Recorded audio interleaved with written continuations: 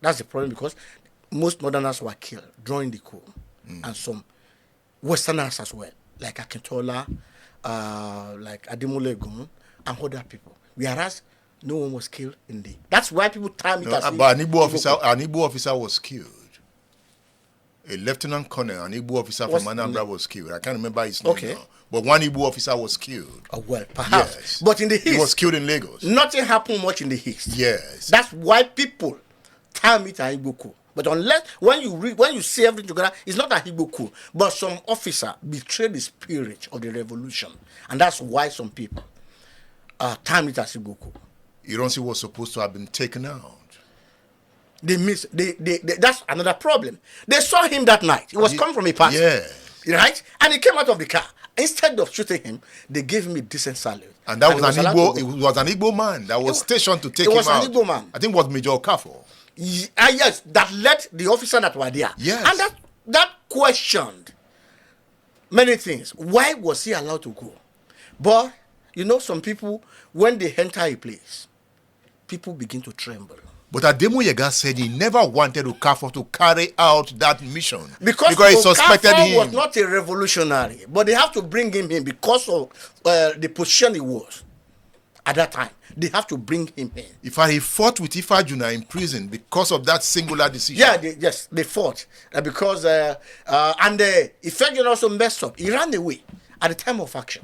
He ran away to Ghana. Some of the problem. He could have stayed behind and rally ran. But the coup had failed by then. Yes. The failure to arrest Ironsi was a catastrophe to the revolutionary. It was a very bad error that should not have been made at all. But Ifajuna, having seen that the coup was failing, had to drive Tafawa Balewa towards Abeokuta where Balewa was shot. Yes. Well, he has to do what he has to do. At least in a way, they've achieved their aim. In a way. Although the coup failed, the plan was not material, but at the end of the day, those who are supposed to be taken out, who are the problem of the country at that time, were taken out. These were the same people that put Awolowo in prison as well. They had it in mind to destroy the West completely. All the progressive people who in the West would have been destroyed completely. But for the intervention of Nzego.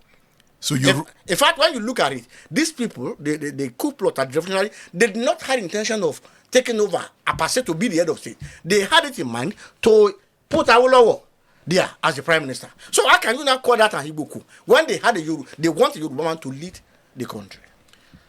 We are looking at the book Colonel Victor Banjo, A Revolutionary Betrayed. A book written by Niyi Aborisade, who is my guest on State Affairs. Books like this excites me. They talk about where we are coming from.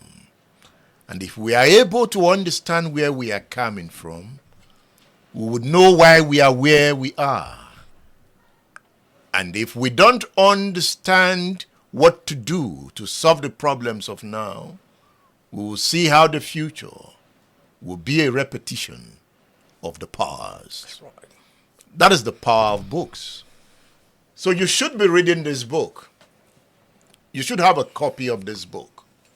So if you go on udarabooks.com, you can order your copy on udarabooks.com.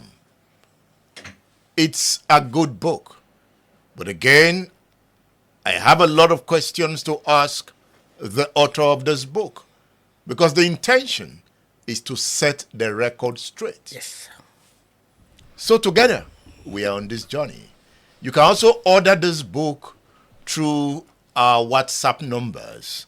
So the numbers are on the screen. Order the book through our WhatsApp numbers. It is a book of history, politics, and power. Colonel Victor Banjo, A Revolutionary Betrayed.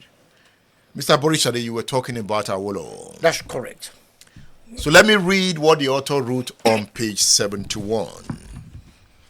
The first paragraph of page 71. He says,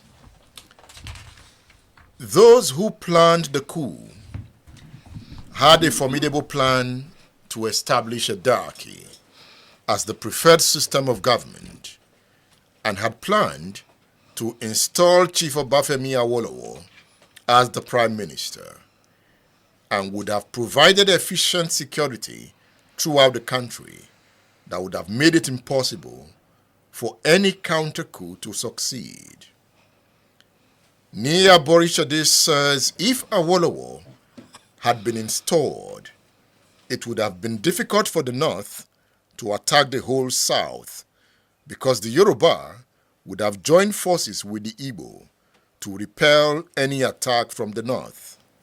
Even Gowon and Danjuma would not have tried it. Yes. How are you so sure that all this would have happened? Because the revolutionary will be in power. They will be the one to install Awolowo, and they will protect his government. When genuine revolutionaries are in power, they know what to. They had a plan. Unlike Ironsi, who find himself in power without any concrete plan. But how are you sure they wanted to hand over to Awolowo? Yes, Ademoyega said it. Ben Bule said it. Awolowo himself confirmed it in his book that initially they wanted to hand over to him. That was the plan. Yes, Awolowo confirmed. Awolowo would not have said it if he has not done his research as to whether what they said is true or not. In fact, they wanted to set someone, Captain Huli, to effect this the release of Awolowo in Calabar then. They would have released him and fly him to Lagos on the day of the coup. Of course, the captain did not turn up. Thank God he didn't turn up because Awolowo would have been, they would have said it was part of the coup. So up to today, some people are still saying, because I remember my dad told me that when on that night, when the coup happened, the thugs of Fanika Ode came. They were living around the same area. They said the people of Action Group, they have taken over the government. So they alluded it to Awolowo initially because it was unprecedented coup in Nigeria.